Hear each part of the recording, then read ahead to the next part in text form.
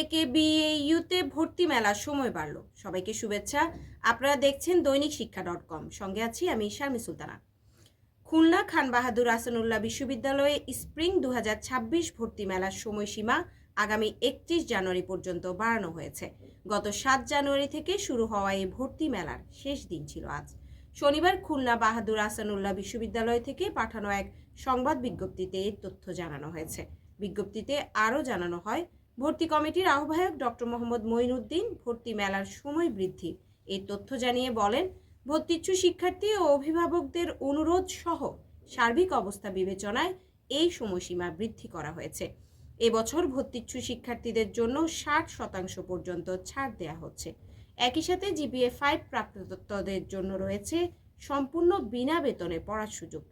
এই বিশ্ববিদ্যালয়ে যে সমস্ত বিষয়ে শিক্ষার্থী ভর্তি করা হচ্ছে তার মধ্যে রয়েছে BSc in Computer Science and Engineering, BSc in Electronic and Electronics Engineering, Bachelor of Business Administration, BA in English, Bachelor of Information Science and Library Management এবং Master of Business Administration।